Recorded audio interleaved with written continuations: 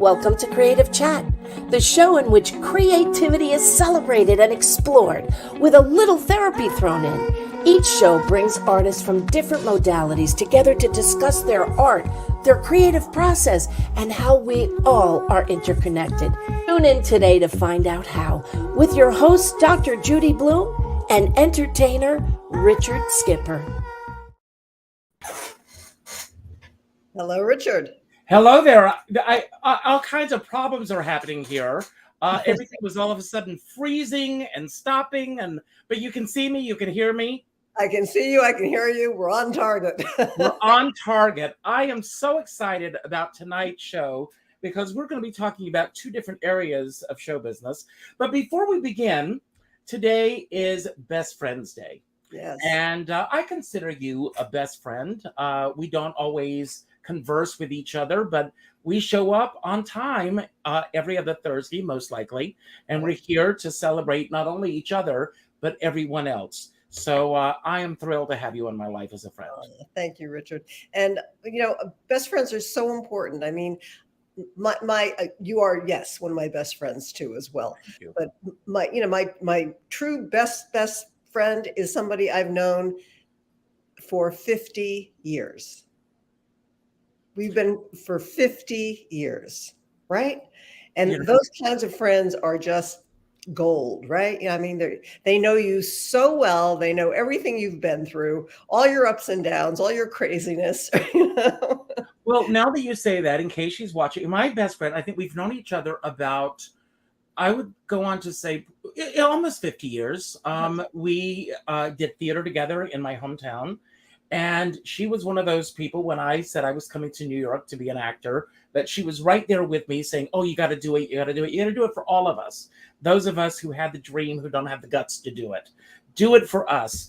And just before COVID, 4 years ago, I wrote a show, which I'm taking to Provincetown, called The Magic of Believing, which tells the story of my coming to New York.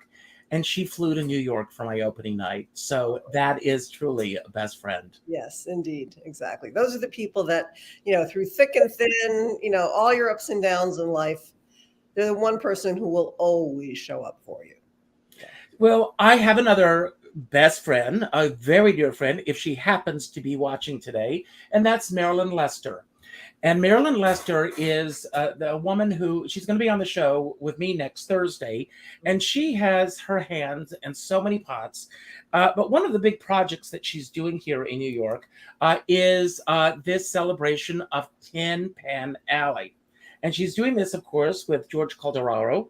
And George, I'm so thrilled that in the midst of your being in Provincetown right now, away from this orange-colored sky that we have in New York, perhaps I should have had an orange background today, but you are in Provincetown.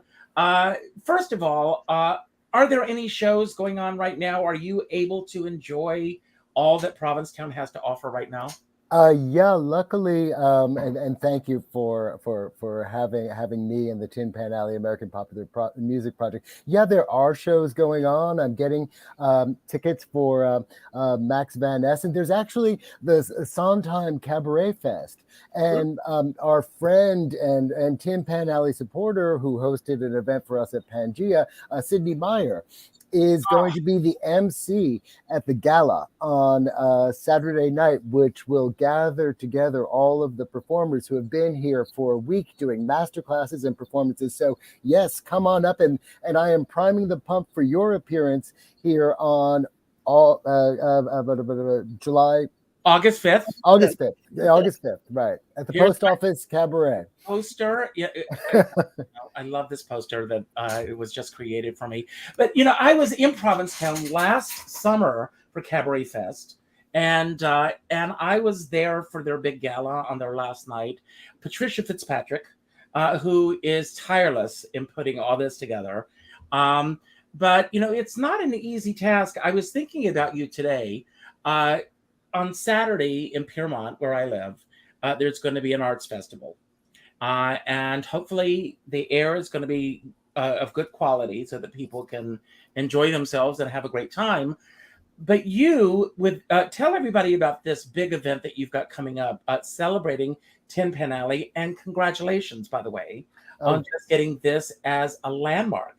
Thank you so much. I'll just do a quick boilerplate. I'm the founding director of the Tin Pan Alley American Popular Music Project, which is a nonprofit that was officially created in 2021 to continue and commemorate the legacy of the birthplace of American popular music on West 28th Street between Broadway and 6th Avenue, where, as you know, from the 1890s till the early 20th century, sheet music publishers, songwriters, and performers gathered to really create the popular music industry that we know today, with the song plugging and the techniques and really working together. So I'm really delighted and was honored that after a lot of work by me and the Tin Pan Alley Committee, on December 10th, 2019, the New York City Landmarks Preservation Commission designated 5 buildings, numbers 47 to 55, West 28th Street, as official Tin Pan Alley individual landmarks. So once that was achieved, and we said, okay, Tin Pan Alley is not going to be knocked down, people said, well, what are you going to do now? And I said, holy fudge, we've been working for 5 years on this. And so we created the Tin Pan Alley American Popular Music Project, and to continue the legacy. And we're doing programming. Most recently, we just had Lesbian Tin Pan Alley at the Alice Austin House in Staten Island. Next Friday, we're really honored to be partnering with the Hudson River Park Trust and presenting a free concert on Friday the 16th at 7 o'clock on the Christopher Street Pier 45, with amazing talent. I wrote it down because it's so much. It's Danny Backer. Danny Backer, who's amazing. Tap dancer extraordinaire AC Lincoln, Brandy Disterheft, Paul Wells on drums, Charlie Karanikis in trumpet, Josh Dunn on guitar, John Alfred on trombone, and the air will be clear and it will be a beautiful June evening. So come down to Pier 45, 7 o'clock. It'll be free. Come early, bring a picnic and bring a bottle of wine, and we'll toast you, Richard, and I'll be there. I've got to be there. You've got to be there. So that's just one event coming up. If I may, I'll just keep going. Okay, just to show the variety of things we're doing on in October, October 13th. We're delighted and honored to be kicking off the Museum of the City of New York Centennial Weekend. Friday, October 13th at 7 o'clock, with a program that's focused on popular music around their birth year, 1923, which, as you may know, was the year the Charleston was invented. So our board member and programming director, Robert Lamont, is putting together an incredible program. So that's on October, and a lot of other great things coming up. We're doing Dead Tin Pan Alley at Woodlawn Cemetery with our great friend there, Susan Olson.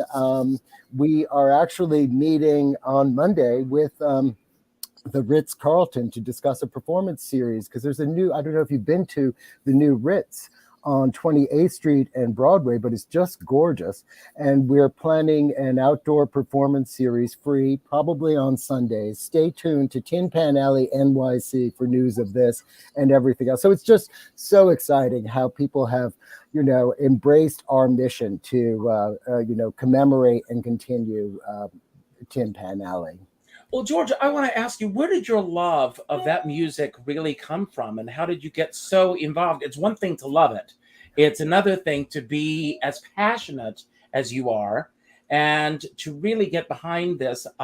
Just a couple of years ago, it was just this past year, I worked on this for 2 years, getting Helen Hayes home here in Nyack as a literary landmark. And I know how much work goes into this and getting the sponsors and the donations and everything involved. So it's not something that just happens overnight. Yeah. Where does the passion come from for you? Well, for me, I am a preservationist first. I've been involved in the preservation movement in New York for 30 years, and I'm on various boards. So, and I'm a passionate New Yorker. So when I moved to East 28th Street and joined a board, of course, because I just do that, and found they were trying to expand the Madison Square North Historic District, and I saw on the proposed map Tin Pan Alley. I said, like a lot of people, I said, I know Tin Pan Alley. I know it's about music, because in the way that Hollywood became synonymous with filmmaking, Tin Pan Alley really just became synonymous with music publishing and performance.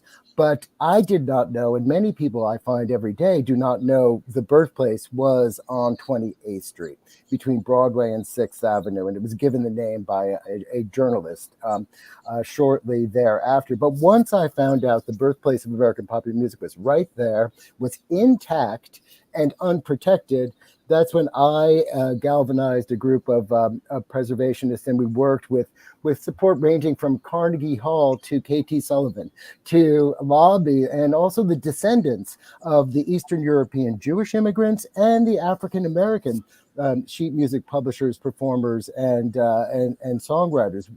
And that really was the basis for the landmark designation. The commission, after being lobbied for decades and so many people saying this is never going to happen, the moment was right for declaring Tin Pan Alley a cultural landmark. And again, based on the birthplace of American popular music, and specifically the Eastern European Jewish and African American influence. And you can look at Tin Pan Alley NYC, which has a great link to all of the designation reports of the Landmarks Commission, which explains the merit and the import.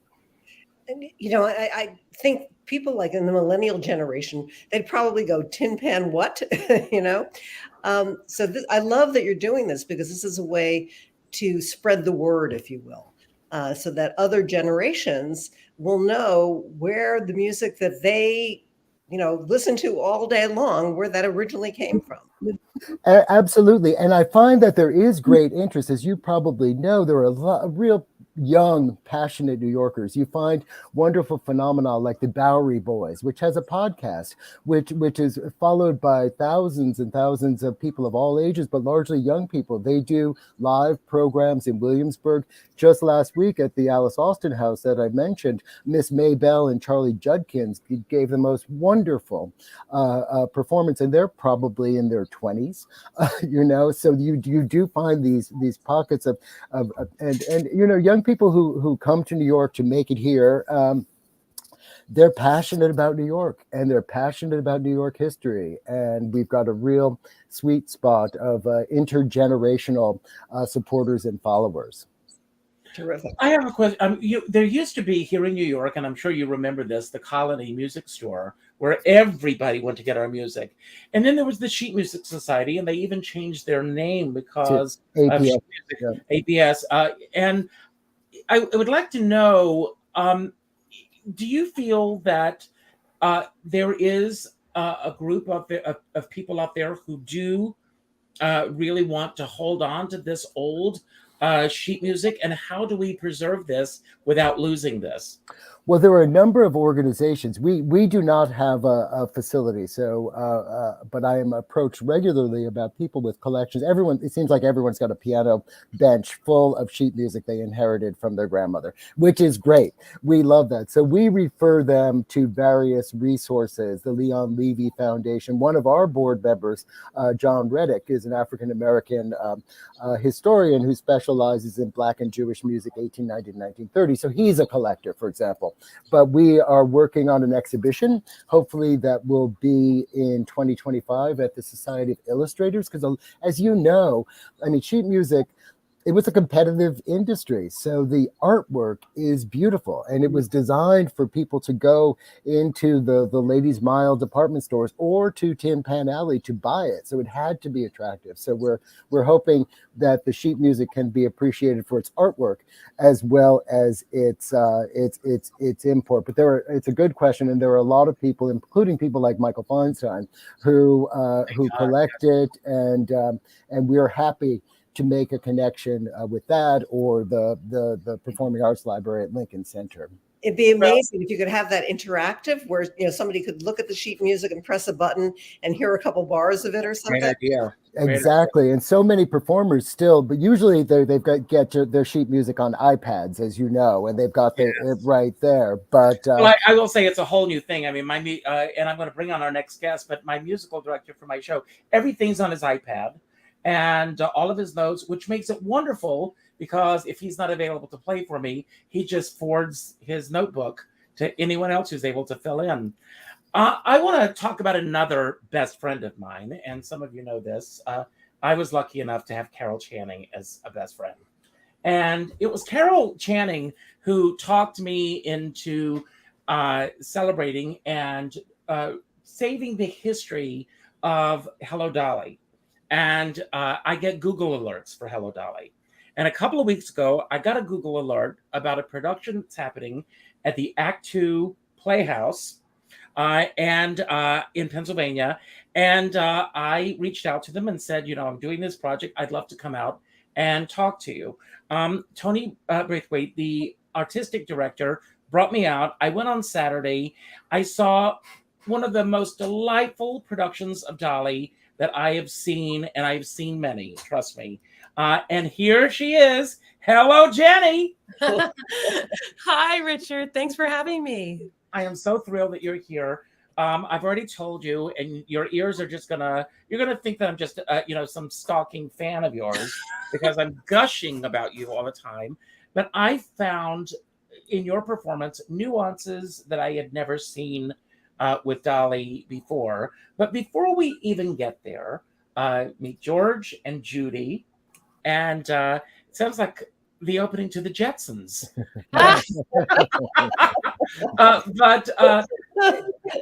So Jennie, you wear many hats, just like Dolly Levi. And I want to speak specifically about your role as an actress and as a singer. Which came first, the acting or the singing? It's funny you asked that because I really loved music when I was a child. I watched Shirley Temple movies with my grandmother and really fell in love with that. And I also was not very gifted at it, but did take a lot of dance.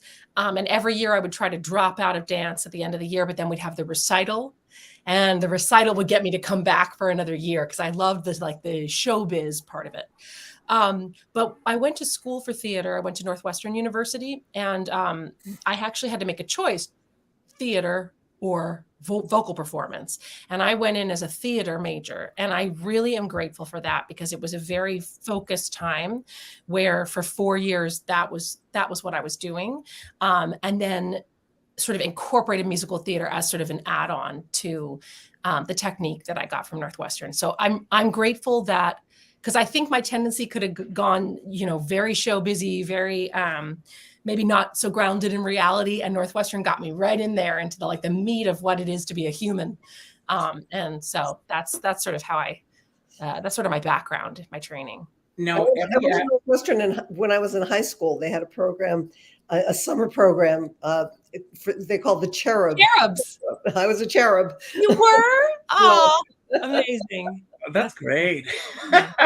So there comes a point in an actress's life, and you've done television and film as well, where they make the choice, New York or LA. You made it for New York, obviously, I'm assuming, or did you go to LA for any time to pursue your career? At Northwestern, at the end of our senior year, we had a showcase in New York. And through that showcase, I was able to get an agent. So it felt like a very logical transition to go back to the East Coast. I'm from Philadelphia originally, the Philadelphia area. So Yeah, I never thought about LA very seriously, and I also have found that I have a face for the stage. I can't. I make like I just can't, it's very hard for me to tone down. Welcome to my world. Oh my God, Richard, you just can't, and it's just and also to be honest, as much as I do love the intimacy and sort of like close up nature of film and television, the audience is a big part of why I love what I do. I love that instant feedback, that high of like just going out there and playing with people, especially in comedy. So I Well, think I will, I'll say this. I mean, you talk about the bigger than life person, and to play Dolly, you need a bigger than life personality, obviously. But the Act Two Playhouse is such an intimate little space. Mhm.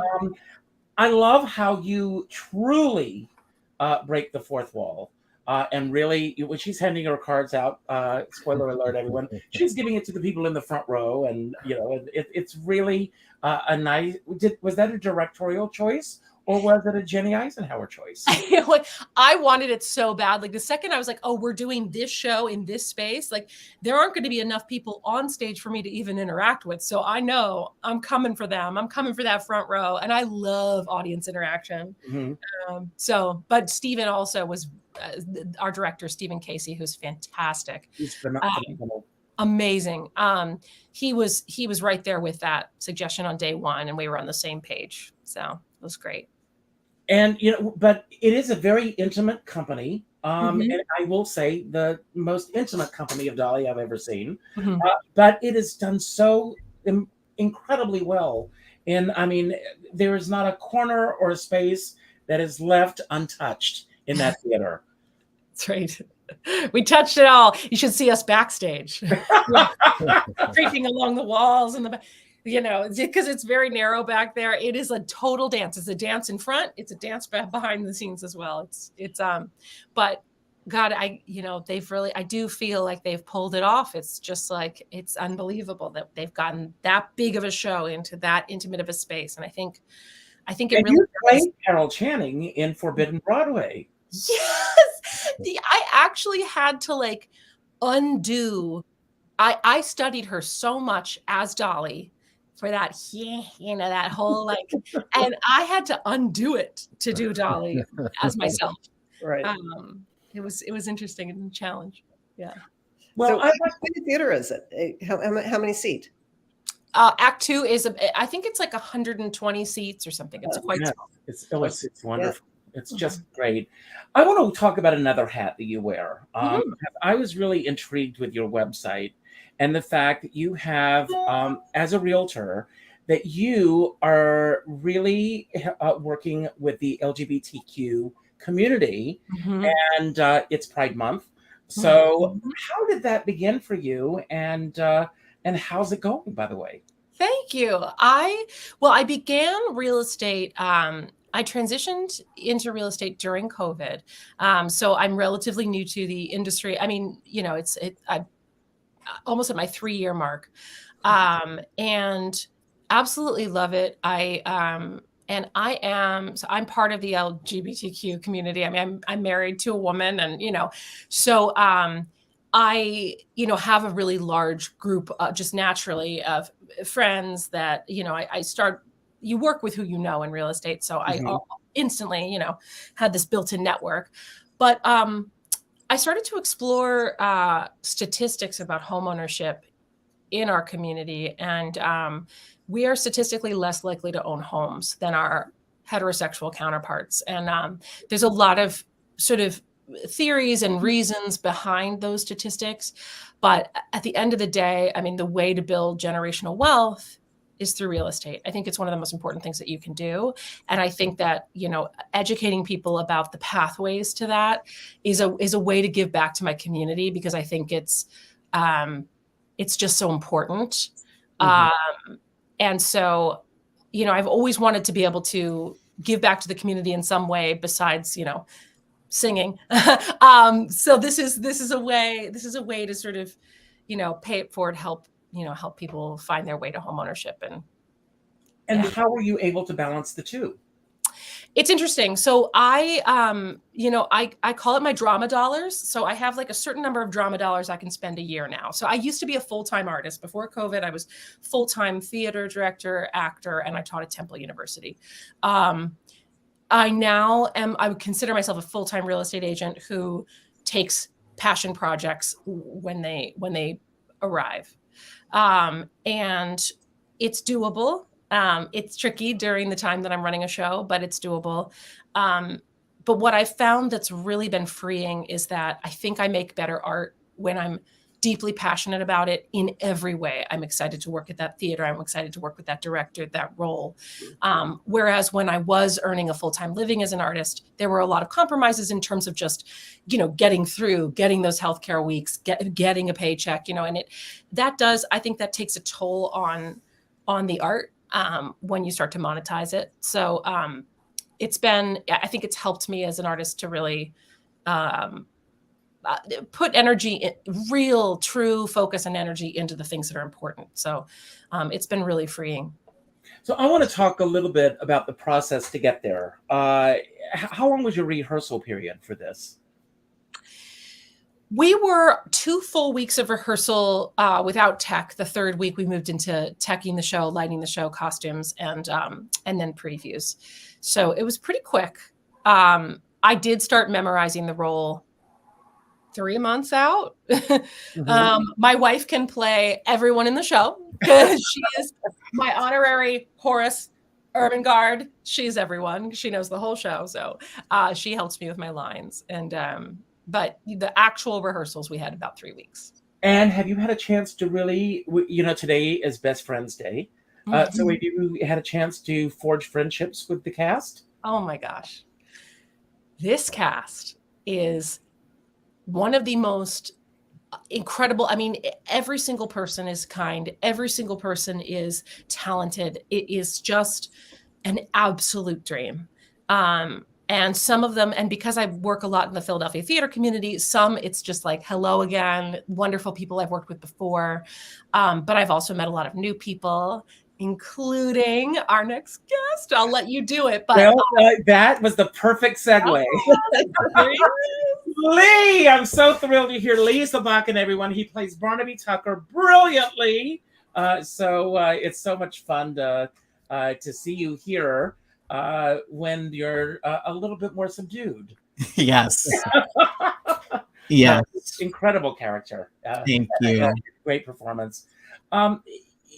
Traditionally, you and I didn't get a real big chance to talk.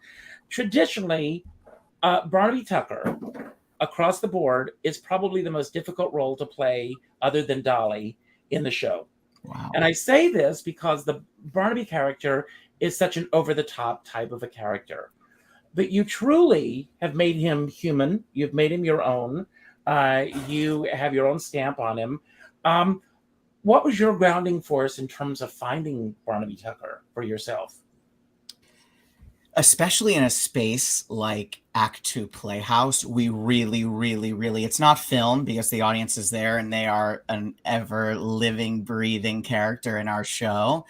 But it was just a matter of going right to the truth and honesty of the story and why we do what we do. I love this piece and I've done it 3 times. I've done Barnaby twice. I started in the trenches as a waiter doing the gallop, understudying Barnaby in Texas Family Musical's production of Hello, Dolly that was directed by Judi Norton from the Waltons, who also starred as Dolly in this. Judy has become a good friend of mine, and I interviewed her about that production. So. She is just wonderful, and she had done it other times with that company, and there was another Dolly, a lovely actress named Megan, who she directed when she wasn't being put into the show. So that was a very interesting experience, and understudying for the first time and coming up through the trenches and having the appreciation for the entire piece and what every single person in the show is doing. I was a female ensemble member in drag in the opening that Dolly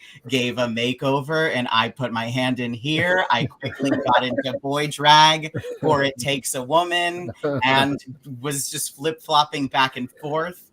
but I love playing Barnaby. It's, you know, it's not Dolly, but I dream of playing Dolly someday. But it's just so fun to play. It's so fun to just go out there and do it every day and just try to make it a little bit more honest, a little bit more funny, and a little bit more real. And yeah, every scene is just, you know, another chance to get in the sandbox with your friends, especially as we move into New York and we're in the hat shop and we're running around and we're nervous and sweating, and then we're dancing and the love story is being told. I just have fallen in love with this piece, from portraying Barnaby, I think a little over 100 times now, and from the 30 or so rounds in the ensemble. It's just so delightful, and you discover something new in it every day. And with every production that you do and every friend that you make, and the brilliant artistry that is Jennie Eisenhower and our company, is just, I haven't done a musical in a long time because of COVID. So this has very much been like a homecoming. We're all Dolly walking down the steps at the Harmonia Gardens, coming home to the theater and creating a new family and finding this version of the piece, which is very different from the last production that I did of it, which was at Drury Lane, Oak Brook, outside of Chicago, which is not far from where Jennie went to college. And it's a very large Broadway style house. There's no balcony, but things play much grander. And on Act Two Playhouse, sometimes you can't even see the little intricate footwork that Stephen Casey has so beautifully given us. But every little seat gets their own special show, and you will get a different version of Hello Dolly, no matter what 120 of the seats that you sit in. And yeah, I hope that the people that are seeing it are enjoying it. We are feeling the love very much, and it's just an absolute blast. How long is the run? We have 2 more weeks left. We're heading into a 5-show weekend. We're on our way to Ambler for a performance tonight. So excited. So I can't even believe that you both said yes to being here today, because I thank you both for being here. It really is, and from the moment that you walk into the theater, I mean, everybody that's there, I don't know if these are paid or if they're volunteers, but every single person that you encounter, from getting to your seat beyond, of course, I was there to do a talk back, so maybe they were treating me a little differently. I don't know, but I was treated so well. I just felt so welcome coming to the theater. So it was a lot of fun. We're so grateful that you were able to join us. I could have listened to you regale us with tales of Carol and other Dollies through the evening performance. So I hope we get another chance to. Well, you and I and Jennie also, I'm going to get you both on my Dolly site. So I'm going to profile you both, and other members of the cast as well. And Jennie, I want to say this: the relationship between you and Horace is just so wonderful. I mean, and that's a difficult role for a lot of actors, because, and you know this better than anyone, Lee, having done the production so many times, it's such a blustery type of a character, but you have to find something about him that Dolly wants to marry this man, besides his $500,000. But there's a chemistry between the two of you. Have you worked together before? Yeah, so I've known Scott for 25 years almost. And that's one of the beauties of the Philadelphia theater community has such an intimacy about it, and that you already have a shorthand with performers that you've worked with before. Mm-hmm. So he and I did a show in 2001. It was right when 9/11 happened. And then the show went into rehearsals called Baby Case at the Arden Theater, which is a beautiful theater downtown. And actually Tony Braithwaite was in that show too. Wow. He's a lot of fun. He's great. And then we covered the roles of the mother and the father in Christmas Story, the musical, at the Walnut Street Theater. He and I were the understudies. So we did a lot of understudy rehearsals as husband and wife, never went on. But yeah, I've known Scott for years. He's a real, he's an actor first. I think he just is really tuned in all of our scene work. And that just makes it, I mean, really, that's how the whole cast is. It's like they all can sing, they all can dance, but everyone is so present with each other in this show. And I think you have to be. You can't get away with not being present when there's only 120 seats. I mean, they'll see you.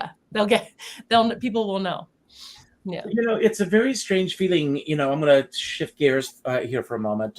In New York, with the smoke and the fires. I mean, for those who don't know, here in New York City yesterday, everything was orange. I mean, if you've seen the pictures on the news, those photographs don't capture it. I mean, looking out my front door, I was supposed to go to see a show last night, and I rescheduled for Monday night because it was just, I opened my door and the thickness was so thick. I can only imagine for those performers who had to go on last night. And Lee, you were mentioning earlier that, I mean, when they open the stage door, that a little bit of that, I mean, what do you do to pace yourselves, both of you, to get through an evening like this? Especially on a 2-show day, as it got progressively worse, we really had to stay grounded. We basically did not leave the theater, and if we did to go grab dinner, we threw the mask on, and it was a lot of water, and I did throw the rescue inhaler in my backpack just in case, because I'm asthmatic and I don't want to play any chances. This is a very athletic role. We do a lot of dancing in a very small space. And yeah, like the backstage choreography, as Jennie said, is just as intricate as everything we're doing on stage. So we really need to be, every single one of our 14 company members, in the right place at the right time and in our right frame of mind. So we just really honed in to our story and kept hydrating and took the allergy medicine. But when we stepped on stage to do Elegance in Act 2, between the stage door, between shows, and the people coming in, it just was hazy. It was very different, and we're not used to, I know our friends on the West Coast or that have been dealing with this, or, oh, this is a Tuesday, but we are, used to being able to breathe clean air and not step outside into the apocalypse. It's strange. And George, I mean, you said you're in Provincetown and there's no semblance of this at all. No, not at all. Fortunately or unfortunately, I empathize and I feel terrible for you and the world, frankly. Well, I think I see so many of my cabaret friends that are in Provincetown this weekend, and I thought they really got out of Dodge just in time for this. Some of them that are already there, and I mean, the show's already started. Am I correct? Yes, yeah. It was a little, to make you feel better, it was a little cold and rainy, and New York was beautiful and sunny, but it wasn't sunny. It wasn't. I got over it, but really, my heart goes out to all of my friends and family in New York. And Jennie, was this your first show since COVID, or have you done other shows as well? I did Sister Act, the musical, at the Media Theater last spring. So that was my drama dollars for that year. And I played Mother Superior in that. It was a lot of fun. I don't know if you know that show, but it's... Oh, I do, yeah. Yeah, strong female leads all around, and it's just a really fun time. I saw it at the Paper Mill Playhouse. I think it was one of the a friend of mine, Diane Finley. I don't know if you know her, but Diane had auditioned for this, got the role, and then COVID hit. Oh, and she sat on pins and needles, for 3 years, wondering if it's going to happen. It's not going to happen, and she's an older actress. Yeah. So finally it happened, and she got to do the role, and she did the Mary Wicks role. And she was brilliant, and it was fun to see her do that. And Lee, you said this is your first show time back as well? Yes, and I am thrilled that it's this show with this cast. It's just the perfect storm, and to be performing in my hometown for the first time since high school is thrilling. There have been lots of Lee friends, family, and fan club members that have taken a row or two of our 120 seats. So we are completely sold out, and that is wonderful and amazing. So any of my best friends that slept on getting tickets, I'm sorry. That's show business. Yes. So, Judi, do you have any questions for anyone? I'm going to have a little fun with everybody and just. Well, let's go for it. Okay. So I each week I pull these random questions. I haven't even looked at the questions. And we'll just see where this takes us. Judi, I'll start with you. Okay. Pull the number 1 through 4. 3. And your question is, well, it's a statement. Choose a new skill that you'd like to master and investigate your options for learning it. Have I asked you that question before? No, I don't think so. New skill. What do I want to learn?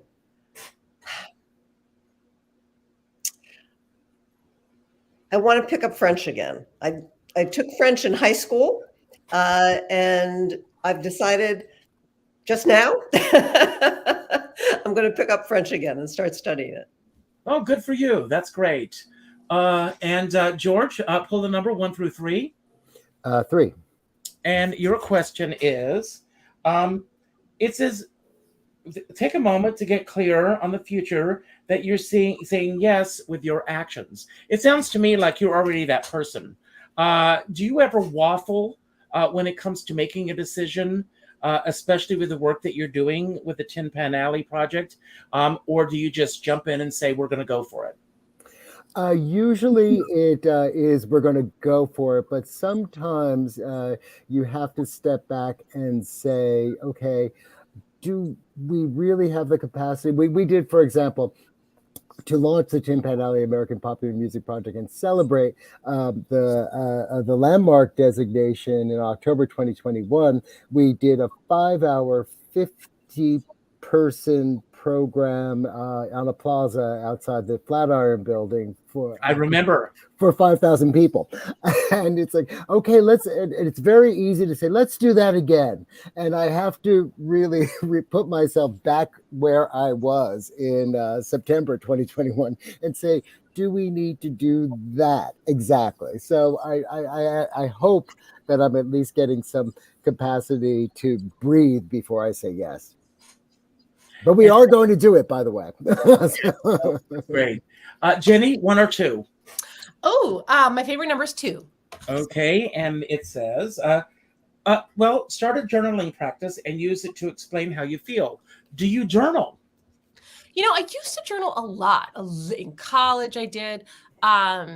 And I've gotten away from it. So maybe like Judi, I'll pick journaling back up because Judi, I just picked French back up. Actually, it's so funny.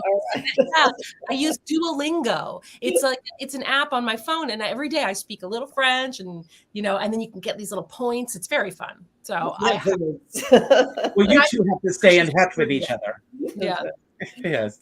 And Lee, you get the last question. All right, here we go. Number 1. Okay. What's something that you will never ever do again in your career? Well, I don't like to, limit myself, especially very early in my career. I'm trying to think if there was just an experience that I've had that is just so unpleasant. And I'm very blessed at this point. I haven't had something that I don't want to do. I had very long Little Mermaid hair right before our production of Hello Dolly. And, I might have told you that I didn't want to cut my waist length Ariel locks right before the movie came out. But it was worth it for our company. The hair is part of the costume and pretty cute. So that's great. Someone from Locks of Love hopefully is getting a quarter of a Lee Slobotkin Ariel wig. Good karma. And yeah, I am just, open to all possibilities in my career. That's wonderful. No limits. Sky's the limit. What a great answer. Did you donate your hair? I am planning on it. We're sitting in 2 braids on my dresser right now, but as soon as our show closes, we'll drop them in an envelope too. Oh, I love it. Terrific. That's great. George, what is something that you have done today when it comes to your art or your creativity that you're very proud of?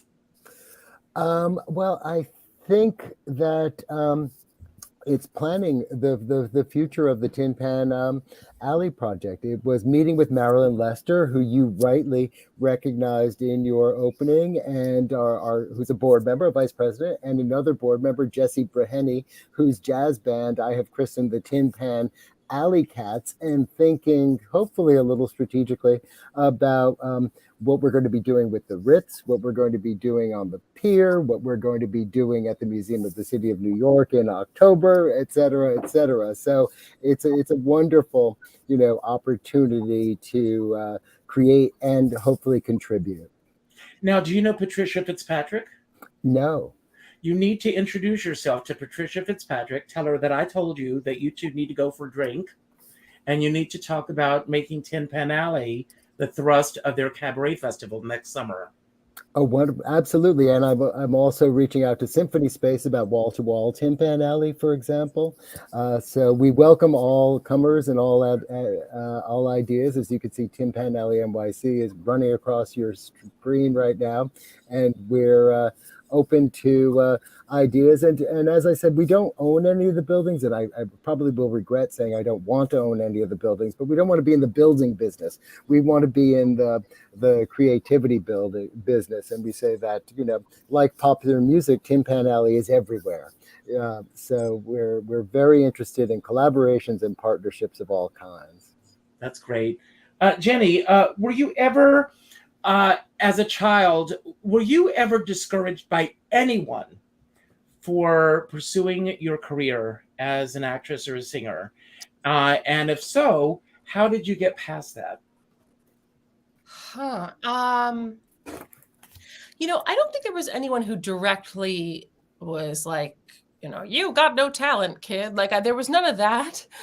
But I will say that, like, just this industry by its nature of, so many people wanting to participate in it, so much talent being out there, there's just a built-in discouragement quotient, like just there, like you're going to lose out on really hard, really things that you really wanted, or you're not going to get every part you go out for. And I think my biggest obstacle has always been my own ego and my own self-deprecation. So I'm really hard on myself. And when I don't get something, sometimes I'm really, really upset about it. And it's taken me years to recognize that it's just what's going to be is going to be. And if somebody gets a part and I didn't get it, that's because they're right for that part. Like, it's okay. Like, and I truly am there in maybe the last 10 years, but for the first, 15, I think I was my own obstacle to success in a way. And I think that I've grown and learned a lot, and I've got a real thick skin. I can take no all day and be like, it's okay. That's something that I've developed over time, and I'm grateful for that. Have you ever experienced imposter syndrome? Yes, definitely. More so on film and television sets. I was like acting opposite Jennifer Garner in a film, and I like had one line and I like couldn't say it right. Like I was just so scared to be there and didn't feel, yes, definitely. And I think like everybody, I think you have imposter syndrome when you're trying something new. That's okay. And that's good. Like if you're scared a little bit in the right way, it's a sign that you're pushing yourself. Wow. I agree with you. Totally agree with you. Lee, a strong positive opinion about something that you, I'd like you to give a strong positive opinion about something in the industry. We hear so many people. I mean, right now we are dealing with Halle Bailey as Ariel in The Little Mermaid. Thank you. 2023 Little Mermaid. I will not stray into my grotto right now and pull out my Little Mermaid collection, but I've been collecting The Little Mermaid since I'm a little boy. I've mentioned it a couple times already, but Halle's performance in this film, from the moment she is on, I don't want to, I will get missed. No, go ahead. Now, but it is just so brilliant, and it's so important right now. It's so important that all children see themselves as royalty, and that she continues that legacy that Brandy began with Cinderella and Anika Nani Rose. And we should all identify as these characters. No one gatekeeps these roles. We are all entitled to have our piece of the magic, and she is just so special. Her voice, oh my goodness, that rendition of Part of Your World is so emotional and raw, and I will never tire of it. I will never not cry of it. Part of Your World, the Jodi Benson rendition, was always my number one Disney cry song. But whoo, Holly, I love you. I hope I get to one day express to you how much that performance meant to me and means to all of us. But go see that movie if you haven't seen it. If anyone doesn't like that movie or that performance, they're Well, I will see it. I will definitely see it. Judi, you want to say anything about anything that anyone has just brought to the table? No, I think that the passion that each of you have for what you're doing is so vibrant. It's really it's a living being. It's palpable. It's palpable, and that's who could ask for more, right? And that's what it's about. It's about creating the art and creating the art with absolutely as much, just go out there and do it. There are so many people around us. When I'm looking at the world that we're living in right now, and I look at our children being told who they should be or who they shouldn't be, and these labels that are being put on people, and books being banned and art being banned and all these things, just keep creating. That's my message for everyone. So George, 3 habits that you feel that you have utilized in your career that have gotten you to where you are now with the work that you're doing. Well, I was described as a dog with a bone by our city council person, for example, because they said you can't get Tin Pan Alley landmarked, and we did it, and you can't co-name the street, and we did it. And so I think persistence, diligence, doggedness is one, and then openness to people as embodied by this wonderful place in Provincetown. I mean, I just love that, if you can go whale watching, you can go drag queen watching, you could, and it's all right here, just to jump in, and appreciation of people like you all, and the people I've had the privilege of meeting through Tin Pan Alley in my whole career. That's wonderful. Jennie, who were you before today, and who will you be after today in terms of your art? Oh, that's a hard question. Well, I think I don't know. I think I think as an artist, as an actor, I often don't really know. I'm so meldable and kind of, I don't really know, like from day to day, like I kind of can be an introvert, an extrovert, this or that, and so every day is sort of, it's just like meeting that day with new eyes. And I was so excited to come on here. Didn't know, a lot about your work, George, and Judi. It's so nice to meet you, and Richard, to spend more time with you, and Lee, like I'll see you in an hour. But like, just saying yes to things, and just kind of being, approaching each day with new eyes. I try to do that every day. So yeah, this has been a really good day.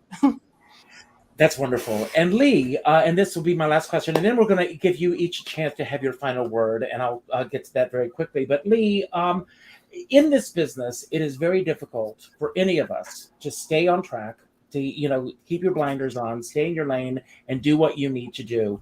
How do you deal with all the distractions that are around you, and how do you stay focused on Lee Slobotkin? Well, as someone that is very ADD and that is very passionate about a lot of things and very multifaceted, sometimes you really just have to ground down into whatever it is that you really want. I am a big believer in manifestation. When I was a little boy, I saw Wicked the musical when I was 12 years old, and I thought I have to be in that show. And he did. 10 years later, I was touring the US and Canada and doing it. So if there is something that you are passionate about, put your all into it, and the results will pay off. I know all of our paths divulge, and our dreams take many shapes, but if you believe in yourself and your goals, you just got to keep pushing forth no matter what gets in the way and what distracts you. Because what Jennie said, what's meant to be yours, that role, that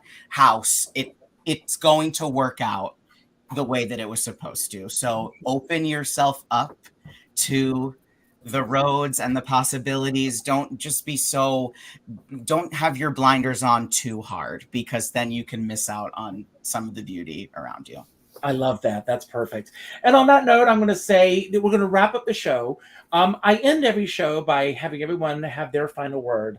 It could be about anything that we spoke about today that you want to build upon, anything that we didn't talk about that you wish we had, or just any final message you want to leave everyone with before we end the show. I'm going to start with you, Jennie, so that I can get you off, and then Lee, and then George, and then I will have my closing remarks, and Judi, I'll let you finish everything today. So we'll start with you, Jennie. I'm in Dolly space, so I'll give a Dolly quote, which is money, pardon the expression, is like manure. It isn't worth a thing unless it's spread around, encouraging young things to grow.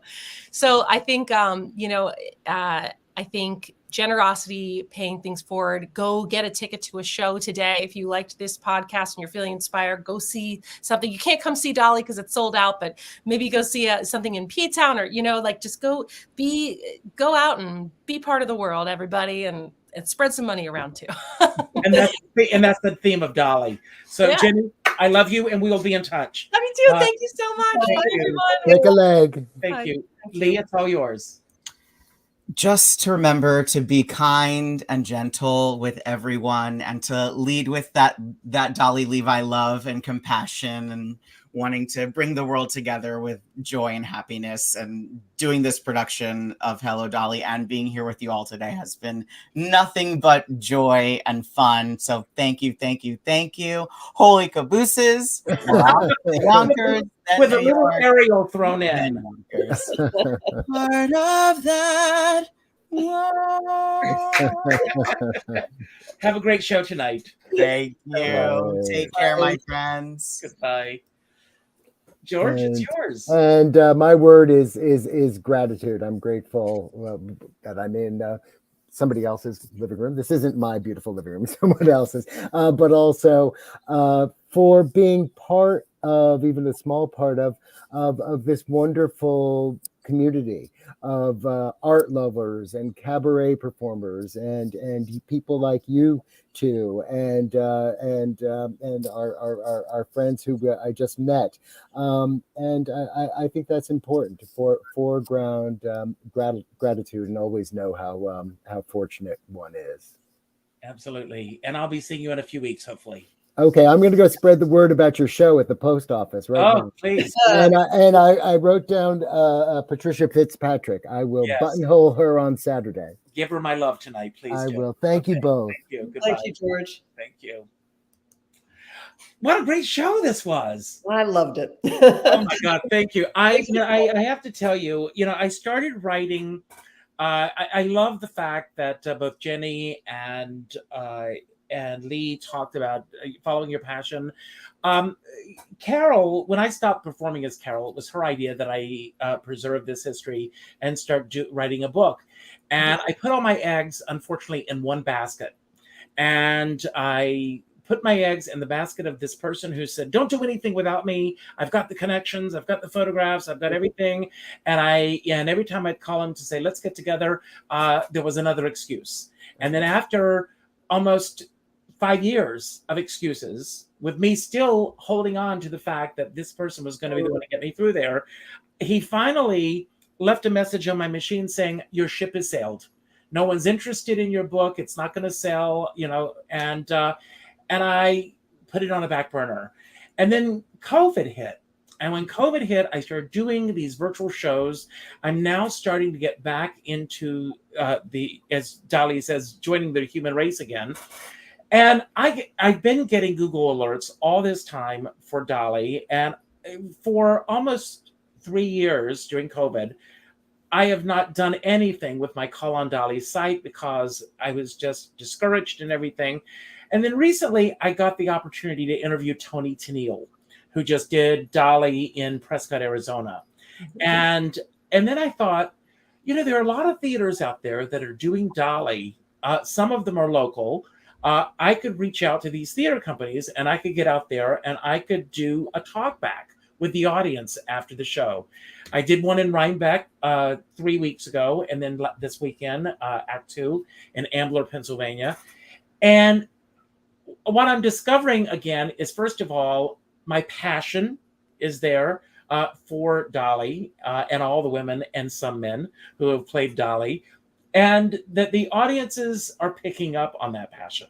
And the audience, it's infectious. The audience are there, and the stories that I tell, and they're laughing, and they're having a great time, and the questions are there, and I'm just having the best time with this. And it's and I've been sitting on a gold mine that I didn't even know that I was sitting on.